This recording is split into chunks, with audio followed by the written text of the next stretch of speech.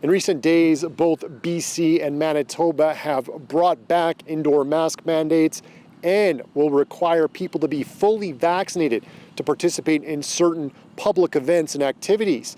But Saskatchewan won't be following suit. Health Minister Paul Merriman says there are no plans to implement a vaccine passport system, reintroduce mask mandates, or mandate vaccines, even for healthcare workers and teachers.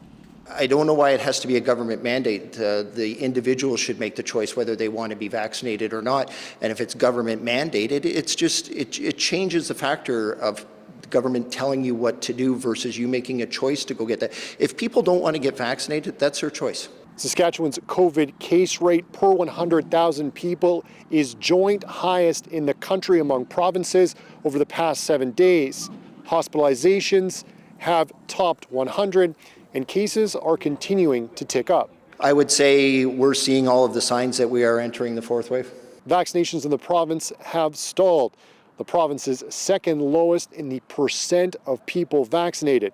Last month, 90% of hospitalizations and new COVID cases were among people unvaccinated or partially vaccinated. Despite that, Health Minister Paul Merriman says there is no plan to introduce vaccine incentives. I haven't seen any real evidence that would say that this has hugely jumped up the numbers in specific areas. There's been incentives, everything from a beer a shot to lotteries. Haven't seen any information or some hard data that said it jumped up their vaccination rates substantially.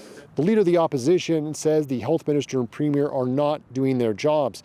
He says the lack of public health restrictions and the lack of a vaccine mandate will lead to a rise in cases and hospitalizations. Today we've finally seen the health minister after nearly 2 months, and yet we see a health minister that continues to display a complete lack of understanding of the situation that we're in.